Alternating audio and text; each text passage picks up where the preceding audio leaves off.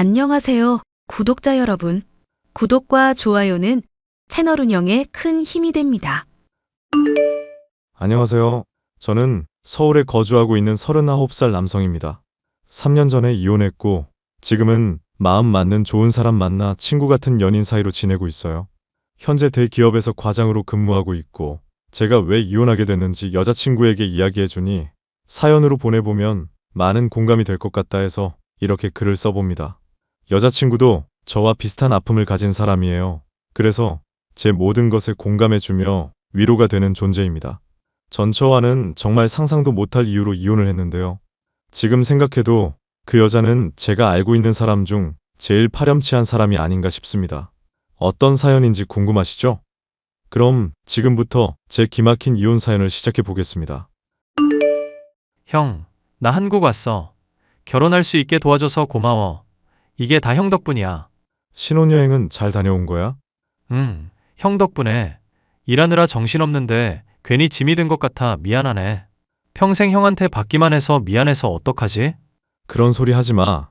네가 행복했으면 된 거야. 부모님도 안 계신 마당에 당연히 내가 챙겨야지. 와이프도 고맙게 생각하고 있어. 우리도 없는 형편의 쪽에서 한다고 고민했는데 형이 집값도 보태주고 해서 여러모로 수월해졌어.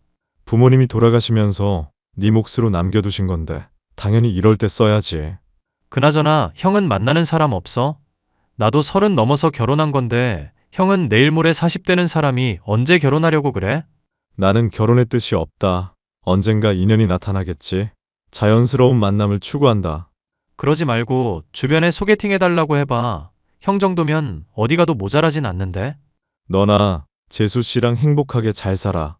형, 아니면 와이프한테 부탁해볼까? 야, 너 큰일 날 소리 한다. 재수 씨랑 나랑 띠동갑 넘게 차이 나는데 소개받아서 만난다고 한들 좋은 소리나 듣겠냐? 도둑놈 취급받아. 그런가? 아니, 형도 빨리 장가 가야지 내가 마음이 놓일 것 같아.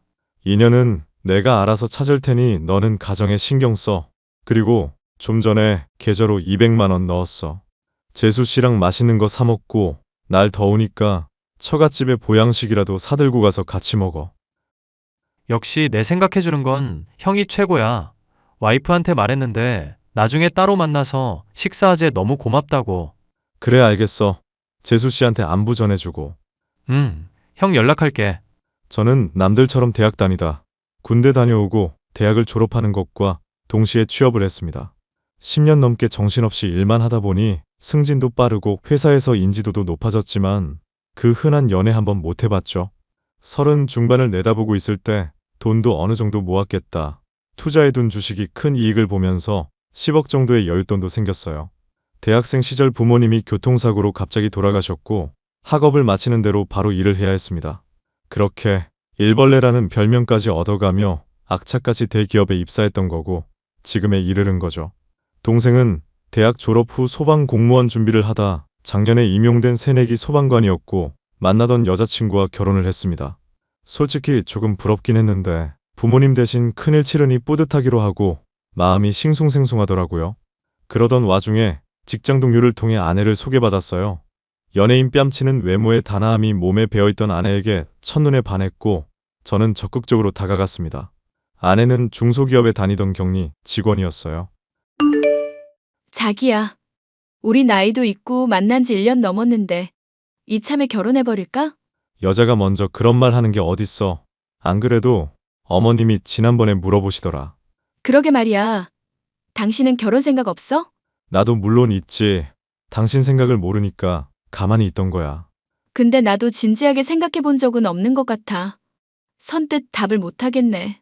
살면서 손에 물 한 방울 안 묻힌다는 말은 안 하겠지만 절대 고생시키는 일은 없을 거야.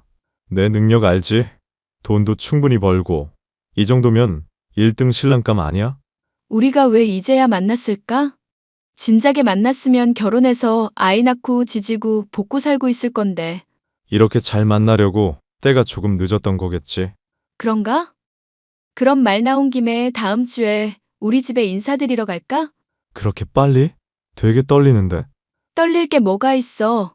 그냥 가볍게 식사 한 끼 한다. 생각하고 인사드리러 가면 되는 거지. 그럼 엄마한테 미리 말해둘게. 알겠어. 혹시 내가 따로 준비해 갈 게 있으면 미리 알려줘. 그럴 거 없어. 우리 엄마는 내가 얼른 시집 가는 게 소원일 거야. 우리 잘해보자. 그렇게 저희는 1년 반 정도 되는 연애를 끝으로 주변의 많은 축하를 받으며 결혼식을 올렸습니다. 30 중반이 되어서야 올리는 결혼식이라 늦은 만큼 행복하게 살겠다고 다짐했죠. 자녀 계획도 세우면서 아내는 회사를 그만두었는데 가만히 있으니 좀이 쑤신다며 집 근처에서 카페 알바를 시작했습니다. 이때까지만 해도 성실한 사람이구나, 참 마음 씀씀이가 좋은 사람이구나 싶었어요. 집에서 살림만 하며 살아도 제가 돈을 벌면 그만이니까 문제될 게 없었거든요. 아내는 남동생 부부와도 잘 어울리며 행복한 시간을 보내게 되었습니다. 그러던 어느 날 아내가 저에게 반가운 소식을 전해오더군요. 여보, 나 병원 다녀오는 길이야. 어떡하면 좋아? 왜? 어디 아파?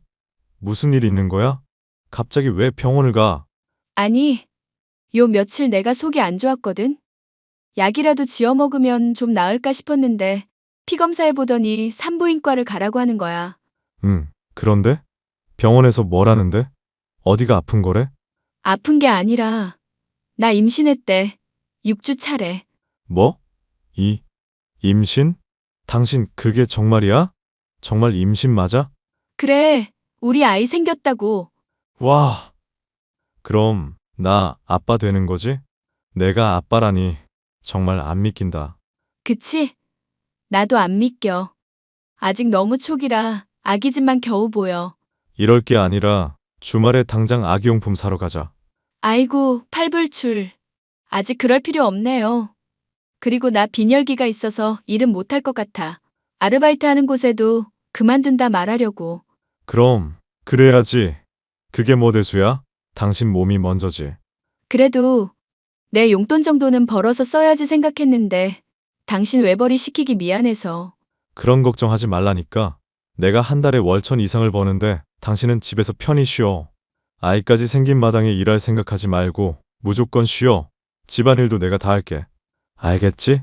그렇게 좋아? 그럼 당연하지. 내가 얼마나 기다렸던 일인데 빨리 정연이한테도 알려야겠다. 뭐 먹고 싶은 건 없어? 아직은 입덧도 없고 그냥 평소랑 똑같아. 먹고 싶은 거 생기면 바로 알려줄게. 내가 퇴근하면서 먹고 싶은 거 사서 들어갈 테니까 집에 가서 좀 쉬다가 메시지 남겨놔. 알겠지? 내가 아빠라니. 이따가 집에서 봐. 그렇게 임신 소식을 전해 들은 지 며칠 안 된 것 같은데 시간이 금방 지나가더라고요. 9개월의 시간이 흘러 아내는 건강한 딸을 출산했고 돌도 지나고 아픈 곳 하나 없이 무럭무럭 잘 자라주었습니다. 그런데 말입니다. 아이가 커갈수록 아내가 조금씩 달라지기 시작했어요. 저와 연애하면서부터 사치와는 거리가 멀었던 아내가 명품 가방이며 비싼 육아용품, 옷 등등 사치를 부리기 시작한 겁니다. 육아에 전념하느라 스트레스가 이만저만 아닐 걸 알아서 그냥 내버려 뒀지만 틈만 나면 쇼핑을 해대는 바람에 집에는 쓰지도 않는 물건들이 즐비하게 되었죠. 점점 과해지는 소비에 걱정도 됐지만 주변 사람들에게 물어보니 육아 스트레스 후유증 같은 거라 하길래 그냥 내버려 뒀습니다. 제가 돈이 없는 것도 아니고 이 정도는 아내를 위해서 얼마든지 쓸 수 있겠다 싶었으니까요. 그러던 어느 날 아내가 상여금이나 보너스에 관심을 두기 시작하면서 제 의구심은 점점 커져갈 수밖에 없었어요. 나쁘게 말하면 집에서 아이 보면서 돈을 펑펑 써대기 바빴는데 어떤 달엔 카드값이 500만 원이 넘게 나올 때가 있었으니까요. 그래도 제 아이 낳고 키워주는 고마운 상황이니 이해하려고 했지만 아이에게 소홀한 것 같기도 해서 그 의구심은 더욱더 커져갔죠. 여보, 이번에 성과급 얼마나 나왔어? 왜? 무슨 일 있어? 성과급 아직 안 나왔는데 한 1,300만 원 정도 나올 거야. 아니, 그냥 궁금해서. 당신네 회사 복지 빵빵하기로 유명하잖아. 옆동 지은이 엄마 알지? 그 엄마 남편도 성과급 이야기하길래 당신은 얼마나 나오나 궁금했어. 평소보다 많이 나왔어. 지난달에 프로젝트 한 거 성공해서 아마 인센티브 더 나올 거야. 혹시 사고 싶은 거 있어? 아니, 딱히 생각해둔 건 없는데 그래도 있으면 사겠지? 그럼 내가 미리 돈을 보내줄게. 이 돈 가지고 있다가 필요한 거 있으면 사. 지금 500만 원 보냈으니까 계좌 확인해보고. 뭘 이렇게 많이 보냈어? 내가 사봤자 얼마나 산다고. 아이 것만 사지 말고 당신을 위해서도 쓰고 그래. 모자라면 내가 더 줄 테니까 일단 그걸로 갖고 쓰고 있어. 정말 내 생각해주는 건 당신밖에 없다. 고마워, 여보. 육아하느라 고생해서 내가 많이 못 도와줘서 그래. 아이는 뒷전이고 당신 위주로 써. 말이라도 고맙네. 지은 엄마랑 약속 잡고 쇼핑몰 가봐야겠다. 그래. 그리고 오늘 일찍 퇴근할게. 아이 데리고 같이 외식하자. 오랜만에 패밀리 레스토랑 어때? 안 그래도 오늘 저녁 뭐 먹을까 했는데 걱정 덜었네. 내가 퇴근할 때 전화할 테니까 시간 맞춰 나와 있어. 집 앞으로 픽업 갈게. 알겠어. 오랜만에 맛있는 거 먹어야지. 그래. 메뉴 생각해두고. 그럼 나 회의 들어갈게. 이때까지만 해도 여느 집과 다른 없는 평범한 나날이 계속되었어요. 아이는 어느덧 3살이 되었고 동생네 부부도 오랜 신혼을 즐기고 얼마 전에 쌍둥이를 출산해서 화목한 가정이 되었습니다. 공동 육아라는 것도 해보고 집안에 아이들 소리가 나니 정말 사람 사는 것 같은 느낌이랄까요? 그러던 어느 날 저에게 비극이 시작되는 날이 찾아옵니다. 아내가 친구들을 만나러 간다며 아이를 맡기고 외출했던 때였어요. 낮잠도 잘 자고 밥도 잘 먹던 아이가 저녁이 되었는데 갑자기 몸이 불덩이인 겁니다. 온도계로 체온을 재보니 40도가 넘어서 바로 들쳐매고 응급실로 달려갔죠. 해열 주사를 맞고 피검사부터 이것저것 검사를 했는데 간호사가 이상한 얼굴로 고개를 갸웃갸웃거리는 게 아니겠어요? 제 혈액형, 아내 혈액형을 몇 번이고 되물어 보더니 아이 혈액형이 알고 있던 것과 좀 다르다고 이야기를 하더군요. 저는 무슨 착오가 있는 줄 알고 검사를 몇 번이고 다시 해보라 했는데 아이의 혈액형은 아내와 제 사이에서는 절대 나올 수 없는 혈액형이었던 겁니다. 이해가 되지 않는 상황에 뭐가 잘못된 건가 생각했는데 왠지 모르게 불안한 느낌이 들더라고요. 날이 밝자마자 유전자 검사를 의뢰했는데 불길한 예감은 딱 들어맞았습니다. 정말 온 힘을 다해 사랑하고 아껴주었던 제 아이가 저와 친자관계가 성립하지 않는다는 게 아니겠어요? 기막힌 사실에 자연스럽게 아내의 외도를 의심하게 되었고 정확한 사실 확인을 위해 면밀히 관찰해 보기로 했어요. 그도 그럴 것이 요즘 들어 외출도 잦아지고 친구들이랑 여행을 간다며 집을 비우는 횟수도 많아져서 의심이 많이 되었거든요. 그러다 남동생이 연락을 해왔습니다. 형, 이거 형수님 아니야? 응? 뭐가? 내가 보낸 사진 봐봐. 우리 지금 아이들 데리고 제주도로 가족여행 왔는데 형수님 같아서. 형은 같이 안 온 거야? 무슨 소리야. 나는 회사 출근해야 해서 여행은 꿈도 못 꾸는구먼. 아니, 사진 좀 자세히 봐봐. 우리가 지금 멀리 있어서 조금 긴가민가한데 아무리 봐도 형수님 같아서. 맞다. 친구들이랑 제주도 간다고 했었어. 내가 깜빡했네. 아니, 식구가 많은 것도 아니고 형수님 하나인데 제주도 가는 것도 몰라? 근데 친구들이랑 여행 간다고 하신 거야? 고등학교 동창들이라던데. 지난번에도 만났고 전화통화도 해서 잘 알지. 형, 이런 말 좀 그렇지만 형수님 바람 피우는 거 아니야? 나 솔직히 형한테 연락한 거 형수님인 거 확인하고 연락한 거거든. 그게 무슨 말이야? 아니, 형은 친구들이랑 여행 간 걸로 알고 있는데 형수님 주변에 아무리 봐도 친구들은 없거든. 웬 남자랑 있는데 우리도 처음에 형인 줄 알았다니까. 네가 잘못 본 거 아니야? 잘못 보다니. 가정 파탄 낼 일 있어? 이렇게 연락하는 거 보니 형은 100% 아닌 거고. 형수님 되게 수상한데? 그만해. 내가 두 눈으로 보기 전까진 아무것도 못 믿어. 그러니까 너도 신경 쓰지 말고 재밌게 시간 보내다 와. 이걸 보고도 그런 말이 나와? 아니, 딱 봐도 형수님인데. 일단 알겠어. 내가 알아서 할게. 사진이랑 동영상 찍어둔 거 나한테 싹 다 보내줄래? 알겠어. 형 마음 단단히 먹어. 내가 보기엔 이건 좀 아닌 것 같아. 알겠어. 나도 생각 정리 좀 해야겠다. 남동생의 연락으로 기막힌 사실을 알게 된 저는 어이가 없었고 한참을 생각하다 우선 아내가 돌아오기만을 기다렸습니다. 무척 즐거운 시간을 보내고 온 듯한 얼굴로 집에 와서는 지쳐 쓰러져 잠들더라고요. 아내가 잠든 틈을 타 휴대폰을 몰래 살펴보는데 사진첩에 비공개 파일 하나가 있었습니다. 자세히 보니 그 남자와 찍은 사진이 수두룩했고 참아보기 민망하더군요. 메시지도 살펴봤는데 이미 결혼 전부터 만나왔고 당연히 아이는 그 남자아이였습니다. 결혼하고 나서도 바람을 피워오고 있던 거였죠. 저는 모든 증거를 수집해서 제 휴대폰으로 전송시켜 놓고 상황을 좀 더 두고 보게 되었습니다. 상황을 봐서 아내에게 이혼을 요구할 심산이었거든요. 며칠의 시간이 흐르고 장모님이 저녁을 같이 먹자며 저희 집에 찾아오셨습니다. 밥이 코로 들어가는지 입으로 들어가는지 몰랐지만 얼떨결에 밥도 먹고 커피 한잔하며 대화를 나누게 되었죠. 그런데 아내가 갑자기 조기 유학을 보내달라고 조르기 시작하는 겁니다. 여보, 나 진아랑 유학 보내줘. 한국에 있기엔 진아 그릇이 너무 커. 이참에 유학 가서 공부 좀 하고 오게. 진아가 아직 3살밖에 안 됐는데 유학은 무슨 유학이야? 조기 교육 몰라? 이 꽉 막힌 인간아. 이러니깐 당신이랑 살기 싫은 거야. 뭐라고? 갑자기 그런 말을 왜 해? 아니, 요즘 영어 유치원이다.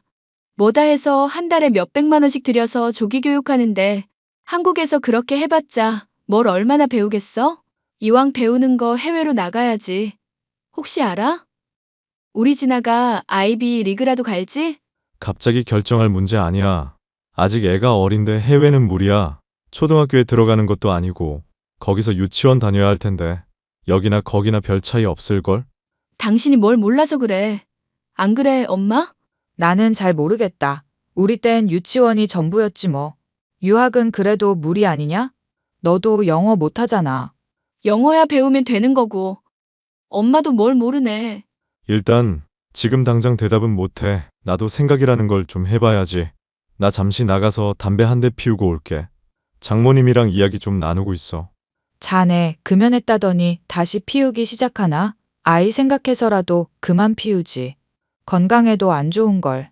네, 장모님. 노력할게요. 요즘 힘든 일이 많아서 종종 피는데 지금 좀 필요해서요. 잠시 나갔다 올게요. 저는 아내의 뻔뻔함에 순간 욱하고 말았습니다. 당장이라도 아내에게 욕지거리를 하고도 남을 정도였지만 아이를 생각하니 화도 못 내겠더라고요. 결국 금연했던 담배에 다시 손을 대기 시작했고 잠시 심란한 마음을 달래고 집으로 들어갔어요. 아이가 소리에 예민해서 현관문 도어록 소리를 무음으로 해두었는데 제가 온 줄 몰랐는지 아내와 장모님이 엄청난 이야기를 나누고 있더군요. 혜선아, 너 이러다가 들키는 거 아니냐? 최서방이 눈치가 보통이 아닌데. 그렇게 섣불리 이야기하다가 다 들통나겠어, 이년아. 어차피 말해야 할 거 그냥 말하는 거지. 능력 없는 사람도 아닌데 잘 꼬시면 유학 갈 수 있을 것 같은데? 유학은 무슨 유학이냐? 애가 저렇게 어린데. 말이 그렇다는 거지. 유학 간다고 해놓고 서로 눈치 안 보고 즐길 건 즐겨야지.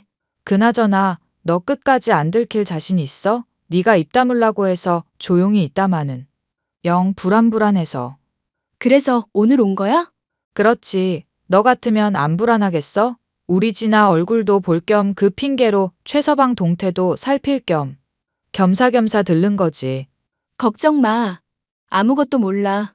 나랑 진아라면 껌뻑 죽는다니까? 너 성철이랑 계속 만나고 있는 거지? 성철이 그 자식은 일이 이 지경이 될 때까지 뭐 한 거야? 알고 시작한 거잖아. 뭐 별 수 없지. 난 짜릿하고 좋은걸? 내가 보기엔 너도 제정신은 아니다. 아무리 봐도 내 딸이지만 난 이제 모르겠어. 최서방 얼굴 보기 미안해서 이제 자주 안 올란다. 이왕 숨기는 거 끝까지 잘해. 알겠어, 엄마. 너무 걱정하지 마. 절대 안 들킨다고. 기가 막힌 상황에 더는 주저할 수 없었습니다. 장모님도 모든 일을 알고 계시면서 그동안 절 감쪽까지 속여왔다는 게 더 충격이었어요. 세상에 믿을 사람 하나 없다는 말, 몸소 느끼던 순간이었습니다. 내 친딸 아닌 거 숨기려고 애쓴다, 진짜.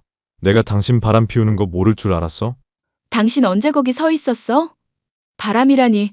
무슨 소리야? 처음부터 끝까지 다 들었어. 어쩔 건데? 진아가 내 딸 아니라는 건 진작에 알고 있었어. 그래도 혹시나 했는데 자기 입으로 바람 피운 거 시인하고. 장모님까지.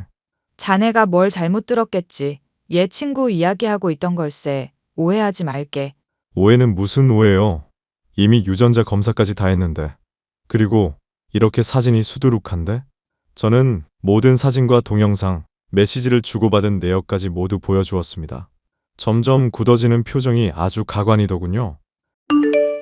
당신 내 뒷조사한 거야? 아니, 내가 귀찮게 뭐하러 그런 짓을 해? 이거 다 오해야. 내가 설명할게. 요즘 기술 좋은 거 알지? 이런 거 다 포토샵이라니까? 왜 사람을 병신 만들어? 자네 너무한 거 아니야? 어떻게 무고한 우리 딸을. 자네 자식 나 어렵사리 육아하는데 고맙다고 하지는 못할 망정 이렇게 생사람이나 잡고 말이야. 아, 이제야 본색을 드러내시네요. 언제까지 숨길 참이었어요? 유전자 검사 결과 친자가 아니라는데 이래도 바람 피운 게 아니에요? 그럼 뭐 애는 혜선이가 혼자 만들었답니까? 아, 아니 그게 아니라 내 말은. 다 필요 없습니다.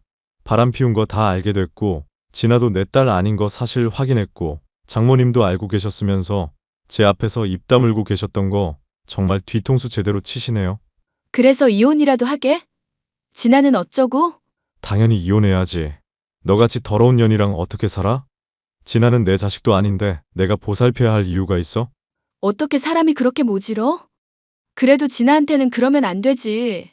내가 진아한테 더 악한 감정 품기 전에 죄 없는 애 팔면서 감정 노름하지 말고 깔끔하게 이혼하자. 내가 그냥 이혼할 것 같아? 난 이혼 인정 못해. 맞소송할 거고 양육비며 위자료며 다 받아낼 거야. 애 딸린 불륜녀 주제 말도 많네. 해볼 수 있으면 어디 해봐. 저는 곧바로 변호사를 선임해 이혼 소송에 들어갔고 아내도 맞소송을 준비했지만 제가 가진 증거가 워낙 명백해서 당연하게 승소했습니다. 되려 아내에게 위자료 3천만 원 받아내고 깔끔하게 이혼했어요. 먼저 짐 싸서 아이 데리고 보란 듯이 그 남자한테 가더라고요. 어이없는 결혼 생활의 종지부를 찍고 엄청난 허탈감에 한동안 정신 차리기 어려웠습니다. 그렇게 저는 다시 일에 매진하며 살았어요.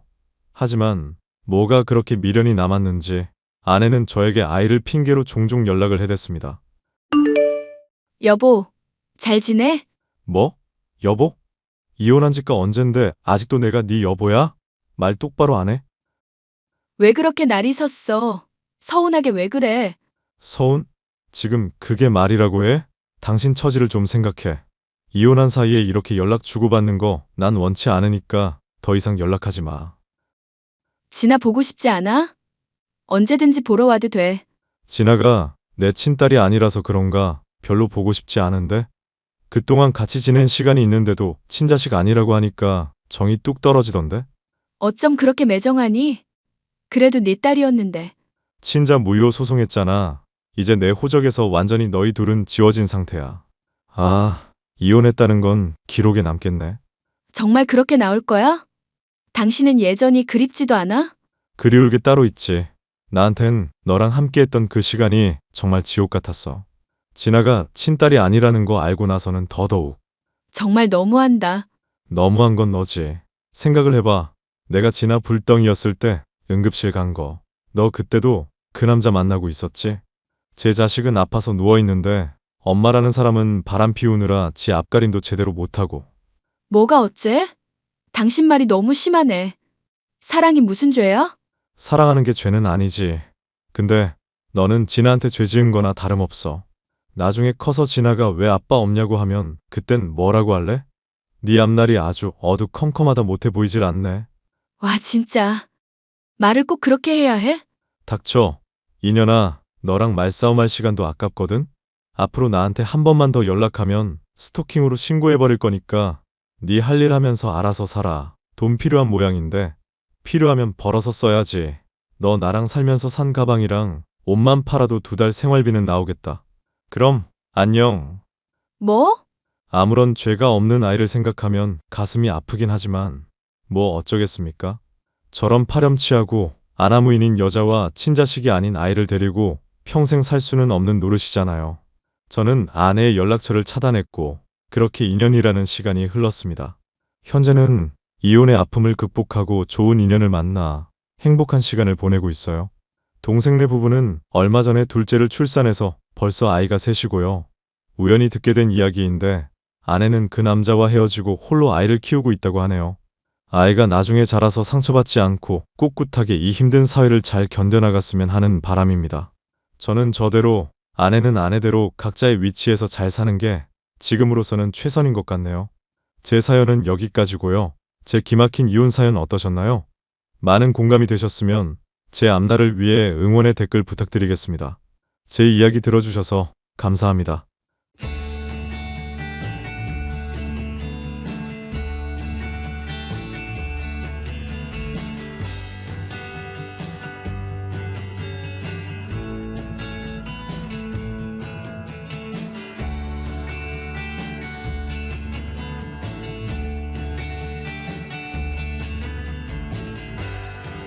안녕하세요, 구독자 여러분. 구독과 좋아요는 채널 운영에 큰 힘이 됩니다. 안녕하세요. 저는 서초구에서 키즈 카페를 운영하고 있는 50대 후반 여성입니다. 인생을 살면서 남편복, 자식복 등 여러 복이 있는데 저는 남편복이 유독 없던 사람입니다. 아이들이 어릴 때 남편이 암으로 일찍 죽었거든요. 여자 혼자 아이 둘을 키운다는 게 쉬운 일은 아니었는데 그나마 다행이었던 건 부유했던 친정으로부터 물려받은 재산이 제법 되었다는 겁니다. 그 당시 구하기 힘든 베이비시터를 고용해서 아이들을 돌봤고 가진 돈으로 부동산 투자와 주식을 했는데 성공을 거두며 50억 자산가가 되었죠. 아빠는 없지만 남들에게 기죽지 않게 해줄 거 다 해주고 풍족하게 키울 수 있었습니다. 그런데 자식들 다 키우고 보니 제가 자식복도 은근히 없는 것 같더라고요. 다 키웠는데 무슨 말이냐고요? 제 사연 들어보면 그럴만도 하겠다 싶으실 겁니다. 그럼 과거의 시점으로 돌아가 본격적으로 제 이야기를 해드리겠습니다. 저에게는 2명의 아들이 있습니다. 말하기 부끄럽지만 큰아들은 직업 없는 한량백수예요. 그래도 가끔 카페가 바쁘면 도와주긴 하지만 마지못해 도와주고 아주 잠깐 도와주면서 온갖 생색은 다 냅니다. 반대로 작은 아들은 여유로운 상황에 안주하지 않고 밤낮 없이 열심히 공부해서 판사가 되었어요. 두 녀석 다 집안이 여유로운 건 알지만 정확한 재산 규모에 대해서는 모르죠. 큰 아들과 인연을 끊게 된 건 2년 전쯤일 거예요. 제 생일인데 두 녀석들이 메시지를 보내오더라고요. 엄마 생일인데 같이 못 있어줘서 미안해. 그래도 지난주에 같이 식사했으니까 괜찮지? 뭐 어때? 서로 일하는 게 바쁘다 보면 그럴 수 있지. 꼭 생일 챙겨야 하는 것도 아닌데 뭘. 크게 신경 쓰지 마. 야, 넌 책상에 앉아만 있는데 그렇게 바쁘냐? 드라마 보면 판사들은 앉아서 판결만 내리던데. 너도 그런 거 하는 거 아니야? 뭐라는 거야? 드라마랑 현실이랑 같은 줄 알아? 세상에 쉽게 돈 버는 일은 없어. 이게 형한테 대드냐? 아휴, 너희들은 맨날 싸우기만 하니. 아무튼 지난주에 먹었던 양갈비 너무 맛있었다. 엄마 처음 먹어보는 건데 냄새도 안 나고 좋더라. 그래? 다행이네. 다음에 또 가자. 엄마 나한테 선물 같은 건 기대하지 마. 알다시피 난 백수잖아. 대단하신 판사님이 크게 한턱 쏘실 거야. 선물 같은 거 굳이 안 받아도 돼. 그저 너희들이 잘 먹고 잘 살면 그게 선물인 거야. 알겠지? 왜? 엄마는 갖고 싶은 거 없어? 판사하면 돈도 잘 버니까 쟤한테 뭐 하나 사달라고 그러지? 형, 그런 말 할 시간에 형도 정신 차려서 직장 잡아야지. 나이도 있는데 언제 자리 잡아서 장가 가고 그럴 건데? 카페 일을 제대로 배우거나 다른 일을 좀 찾아봐. 너 지금 나보고 조언해 주는 거냐? 너 판사라고 뭐라도 됐다고 생각하나 본데 그런 가짜는 소리 집어치워. 내 인생 내가 알아서 살 거니까. 네가 뭔데 이래라 저래라야? 이수현, 이도현, 그만하지 못해? 너희들 이렇게 싸울 거면 둘 다 연락하지 마. 저 자식이 먼저 시비잖아. 왜 나한테 뭐라 그래? 내가 너만 갖고 뭐라 하니? 둘 다 똑같아. 서로 할 말만 하고 아무튼 더운데 건강들 잘 챙겨라. 도현이는 시간 나면 집에 들러서 반찬 가져가고. 알겠어. 미안해, 엄마. 큰 아들은 제가 봐도 조금 답답한 경우였어요. 나이가 33인데 아직도 번듯한 직장 하나 없이 한량처럼 지냈으니까요. 이게 다 오냐오냐 키운 제 탓이다 생각하고 어련히 알아서 하겠지 하고 놔둔 게 제일 큰 잘못인 것 같았습니다. 그러던 어느 날 큰 아들이 해외여행을 가보고 싶다며 저에게 돈을 달라더군요. 저는 하는 일이 바빠 일일이 신경 써주지 못했고 카드랑 현금을 쥐어주며 알아서 하라고 내버려뒀죠. 평범한 일상을 보내며 몇 개월의 시간이 흘렀는데 큰 아들이 갑자기 뜬금포 발언을 하는 겁니다. 갑자기 결혼하고 싶은 사람이 생겼다며 여자친구를 소개해준다고 하는 거예요. 카페에서 한참 손님을 치르고 커피 한잔하며 쉬고 있는데 큰 아들에게 전화가 왔습니다. 엄마, 혹시 다음 주 주말에 시간 괜찮아? 주말이야 뭐 인영 씨도 있고 다른 직원들 있으니까 크게 바쁜 건 없는데. 아니, 나 결혼하고 싶은 사람 생겼어. 그래서 엄마한테 소개해 주려고. 다음 주 주말에 도연이도 온다며 이참에 가족들한테 인사시키게. 뭐, 결혼? 너 여자친구는 언제 사귄 거야? 나 파리로 여행 갔다 왔을 때 만났어. 글쎄 사는 곳도 비슷하고 강남에 고깃집 하신다더라고. 여행 다녀와서 연락 몇 번 하면서 만났지. 근데 갑자기 무슨 결혼인데? 서로 많이 좋아하고 죽고 못 사니까 하겠다는 거지. 아니, 엄마 말은. 너 가진 것도 없고 직장도 없는데 그거 그 여자가 알아? 강남에서 엄마랑 카페 운영하고 있고 어느 정도 여유 있다고 부동산 재벌이라고 대충 둘러댔지. 뭐, 부동산 재벌? 수현아, 너 책임질 수 없는 말은 하는 게 아니야. 남의 집 귀한 딸 데려다가 뭐 하는 짓이야? 아니, 그럼 그 정도 말도 못해? 어차피 카페 엄마 하기 싫어하면 나한테 주면 되고 지금이라도 같이 하면 되잖아. 왜 그렇게 부정적인데? 아들 인생 망치고 싶어? 말하는 꼰세하고는 네 인생은 네가 알아서 사는 거지. 왜 그런 거짓말을 하는 건데? 아, 몰라. 아무튼 난 결혼할 거야. 다음 주에 데리고 올게. 큰 아들은 거의 통보식으로 인사를 하러 온다고 했습니다. 그래도 뭐, 자식이 좋다는데 이래라 저래라 할 수는 없잖아요. 마냥 어린애도 아니고 뭔가 뜻이 있겠거니 하고 데리고 와서 저녁이나 한 끼 하자고 했습니다. 이래봬도 제가 음식 솜씨가 조금 좋은 편이라 집에서 잔뜩 차려 먹기로 했어요. 예비 며느리는 큰 아들이 해외여행에서 만난 여자였는데 직업은 간호사더군요. 서울에 집도 있고 부모님은 강남에서 유명한 고깃집을 운영하는 보통의 평범한 집이었습니다. 둘이 만난 지 반년도 안 된 시기에 결혼을 언급하길래 조금 잃은 감이 있다 생각했지만 둘이 원하니까 결국엔 상견례를 하게 되었죠. 예비 사돈들은 늦은 나이에 얻은 귀한 딸을 여유 있게 시집 보내고 싶어 했습니다. 약간 옛날 사고방식을 가진 사람들이라 신혼집은 어떻게 할 건지부터 물어보더군요. 대충 알아서 둘러대고 서로의 질문에 대답하며 화기애애한 분위기로 마무리되었습니다. 아들과 예비 며느리를 통해 예단 목록을 받기로 했고 본격적인 결혼 준비에 돌입했습니다. 엄마, 신혼집은 어디로 구하는 게 좋을까? 아무래도 직장 근처가 낫지. 세아가 직장이 의정부랬지? 그 부근으로 알아보면 될 것 같은데? 막상 알아보려니 힘드네. 좋은 집, 마음에 드는 집 찾으려니. 그럼 집 고르는 게 쉬운 줄 알았냐? 그나저나 세아가는 생각해둔 게 있니? 아니요. 직장이랑 가까우면 좋을 것 같아요. 매번 늦지 않게 갈 수 있고 긴급 상황이면 바로 달려갈 수 있으니까요. 그렇지? 그래서 내가 알아본 게 있는데 병원 바로 근처더라고. 시세는 3억 정도 하는데 지어진 지 10년 조금 넘었어. 근데 워낙 브랜드라 리모델링하면 사는데 지장은 없을 거야. 신축도 아니고 10년이 넘은 아파트라고? 그래, 그 아파트가 위치도 좋고 요즘 교통편도 발달해서 강남도 1시간이면 온단다. 에이, 그래도 집은 신축 아파트는 사줘야지. 다시 알아봐주면 안 돼? 자기야, 어머니가 신경 써주신 건데 그렇게 말하면 안 되는 거지. 선뜻 집 알아봐 주시고 해결해 주시는 게 얼마나 감사한 일인지 모르지? 자기야, 갑자기 왜 그래? 말이 그렇잖아. 어머니가 한두 푼도 아니고 집 알아봐 주시는 건데. 원래 그거 다 우리가 해야 하는 거잖아. 어머니가 그만큼 도움 주시면 감사하다. 한마디만 하면 되지. 뭘 이것저것 따져? 미안해. 나는 그런 뜻이 아니었는데. 어머니 속상하게 하지 마. 그리고 신축이면 어떻고 오래된 아파트면 어떤데? 우리가 먹고 자고 싸고 생활할 곳인데 대강 정리하면서 잘 꾸미고 살면 되는 거지. 어머니한테 죄송하다고 해. 엄마, 미안해. 기분 나쁘라고 한 소리는 아닌데. 아니다, 그럴 수 있지. 결혼하는 거 며느리에게 아낌없이 잘 챙겨주고 싶었고 제가 시집 올 때 받은 금 목걸이 세트를 녹여 새로 반지로 만들어주기로 했어요.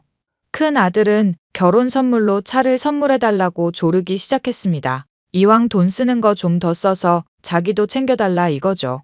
예비 사돈들과도 따로 날 잡아서 커피 한잔 하기로 하고 며칠 뒤 만나 이야기를 나누게 되었습니다. 직장 근처로 신혼집을 얻어줄 생각이라 하니 연신 고맙다고 감사 인사를 전하더군요. 거기까진 좋았습니다. 그런데 갑자기 강남의 아파트로 다시 알아보면 안 되냐는 말을 하는 겁니다. 이미 신혼집을 구매해서 어렵다고 말했더니 표정이 싹 변하면서 귀한 딸 그런 거지 같은 아파트에 살게 하기 싫다는 거예요. 저는 순간 빈정이 상해 함부로 말하는 거 아니라고 쏴붙이고는 이 결혼 다시 생각해보자 했습니다. 솔직히 신혼집 사는데 돈 한 푼 안 보탰으면 그대로 따라와줘야 하는 거 아닌가요? 의견을 제시했어도 진작에 했어야 하는 게 맞고요. 하지만 큰 아들은 결혼이 못하게 될까봐 저에게 소리를 치기 시작했습니다. 전화가 와서는 대뜸 화부터 내더라고요. 아니, 엄마, 내가 거지도 아니고 3억이 뭐야, 환갑이 다 돼가는데 3억짜리 집밖에 못 해줘? 이왕 해주는 거 좀 통 크게 하라니까. 아니, 각자 형편에 맞춰야지. 우리가 무슨 재벌가니? 너 재벌이야? 아니, 내 말은 우리가 여유가 있으니까 조금 더 해도 되지 않냐, 이 말이지. 말 같지도 않은 소리 하지 마. 내가 안 따지려고 했는데 집에 살 때 돈 한 푼 보탰어? 그리고 네가 가진 게 뭐 있니? 다 엄마 돈으로 하는 거잖아. 물론 엄마 죽으면 너희들한테 그대로 상속되겠지. 아니, 왜 그런 식으로 이야기를 해? 내 이야기의 요점을 모르겠어? 엄마는 모르겠다. 몇 억씩 써가면서 이런 싫은 소리나 듣고 있고. 결혼이 네 집 애들 장난도 아니고 말이야. 적어도 염치라는 게 있어야지. 염치? 엄마 너무한 거 아니야? 말도 못해? 그럼 거지 같은 집에 살아야 해? 그건 당연한 거냐고. 상황이 여의치 않으면 그럴 수밖에 없지. 더 어려운 사람들도 있어. 그리고 엄마 지원받는 거 아니면 너 이 결혼하지도 못해. 어디 가서 명함도 못 내민다고. 엄마, 자식 기죽이는 데는 일가견이 있네? 엄마만 잘났지? 내가 아무것도 안 하는 것처럼 보여? 엄마는 꼭 그렇게 자존심을 짓밟아야 해? 말이 나온 김에 한마디만 더 하자. 너 그동안 살아오면서 제대로 한 게 뭐가 있어? 웬만해서는 이런 말도 안 해. 네 동생 보고 아무런 생각도 안 드니? 넌 내 돈으로 그냥 평생 먹고 자고 싸기만 할 거야? 아니, 왜 도연이 그 자식 얘기를 해? 걔는 걔고 나는 나지. 그리고 이왕 물려줄 재산 그냥 먼저 준다. 생각하고 통 크게 쏘면 안 되는 거야? 다 필요 없고 이 결혼 다시 생각해라. 어느 한쪽이 기우는 결혼은 하는 게 아니야. 네가 돈이 많은 게 아니라 내가 많은 거고 그쪽에서 너무 많은 걸 바라는 것 같구나. 그렇게 큰 아들은 잔뜩 삐쳐서는 한동안 연락도 안 하더라고요. 예비 며느리 쪽에는 어떻게 이야기를 했는지 모르겠지만 마찬가지로 아무 말도 없었습니다. 그렇게 저는 제 할 일 하며 시간을 보냈어요. 그리고 제 소유 다른 건물에 식당을 오픈하고 싶어 한다며 손님이 왔는데 일이 바빠 부동산 사장님이 대신 상담을 했습니다. 그런데 알고 보니 그 손님이 예비 사돈들인 거예요. 그런데 부동산 사장님이 심각한 표정으로 이상한 말을 하는 겁니다. 제 이름을 들먹거리며 카페 이야기도 하고 재산 이야기를 하는데 제가 돈 많아 보이니 적당히 등골 빼먹자는 말을 했다는 거 아니겠어요? 투자금 받아서 가게 오픈하면 그럴듯하지 않겠냐며 작당 모의까지 했다길래 기가 막혔습니다. 몇십 년 동안 부동산 투자하면서 거래해온 곳이라 거짓말을 할 사람은 아니었거든요. 혼수도 예단도 해달라는 대로 다 해주고 신혼집도 덜컥 사주는 거 보니 대충 재산이 많다고 판단을 했나 봅니다. 저는 찜찜한 기분에 예비 며느리에 대한 뒷조사를 했어요. 아주 대단한 집안이더군요. 병원에서 간호사로 일하는 것도 거짓말, 서울에 자가를 보유하고 있다는 것도 거짓말. 예비 사돈들도 고깃집을 운영하는 게 아니라 거기서 각각 서빙, 쑥 굽는 일을 하는 거였고요. 뭐 하나 제대로 된 게 없는 집안이었습니다. 그리고 큰 아들을 통해 돈을 자꾸 빼돌리며 자기들 호의호식하는 데 썼고요. 모든 증거를 가지고 큰 아들에게 말해주려는데 큰 아들이 오랜만에 연락 와서는 돈을 요구하더라고요.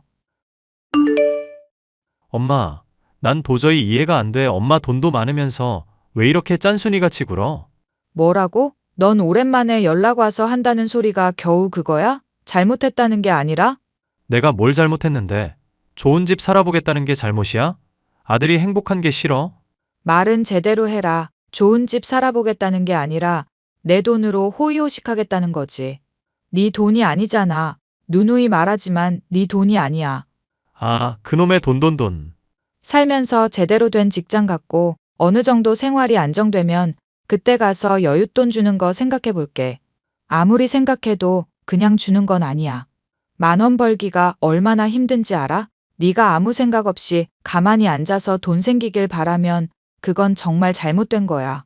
누군가는 고생해서 피땀 흘려버는데 너는 날로 먹으려 하는 거잖아. 엄마, 말은 잘한다? 정말 너무한 거 아니야? 진짜 그러다가 나랑 인연 끊고 내가 안 보고 살겠다 하면 엄마가 더 속상하지 않을까? 너 말 다 했니? 저번에 외제차까지 뽑아줬잖아. 지금까지 내가 몇 억을 썼는데 고마운 줄 몰라? 너 나한테 고맙다고 말한 적 있어? 키워준 걸로도 나는 다 한 거야. 너는 뭐 했니? 아이씨, 이래서 부모 잘 만나야 되는 건데 쥐뿔도 없는 집안에서 태어나가지고. 쥐뿔도 없어? 너 말 다 했어? 사실이잖아. 그러니까 아무것도 안 해주지. 내 말이 틀렸어? 그래, 그렇게 생각해. 앞으로 너는 내 아들 아니다. 그딴 년한테 눈멀어서 패가망신 시키려는 사람이 바로 내 눈앞에 있었네. 뭐? 엄마 너무하네.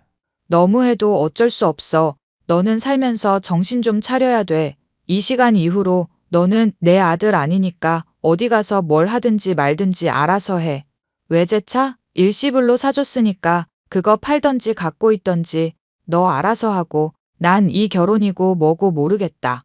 그리고 내 남은 재산은 사회에 환원해야겠네. 50억인데. 뭐? 엄마. 저는 그 길로 독한 마음을 먹고 큰 아들의 연락처를 차단해버렸습니다. 30년 넘게 키워주면서 고맙다는 말 단 한마디 들어본 적 없어요. 그리고 제가 가진 모든 증거를 예비 사돈들에게 들이밀며 지금이라도 정중하게 사과하고 받아간 예물 그대로 돌려주면 없던 일로 하겠다며 타일렀습니다. 하지만 이미 받은 것도 다 현금화해서 자기들 쓰고 싶은데 다 써버렸더라고요. 큰 아들 시켜서 이래저래 저한테 돈을 더 뜯어내려는 심산이었고요. 예비 사돈들을 사기죄로 고소했고 큰 아들은 정신 차리면 돌아오라며 매몰차게 내쫓아버렸습니다. 짐 정리해서 고시원 하나 얻어서 거기로 보내버렸어요. 자존심 센 큰 아들은 당당하게 연 끊겠다고 했지만 막상 돈 없이 산이 꿀렸는지 저에게 매일같이 찾아와 빌기 시작하더군요. 그렇게 2년의 시간이 흘렀고 작은 아들은 같이 일하던 동료와 결혼해서 아이도 낳았습니다. 저도 참 독하죠. 2년씩이나 자식을 모른 척하면서 산다는 게 저도 마음이 아픕니다.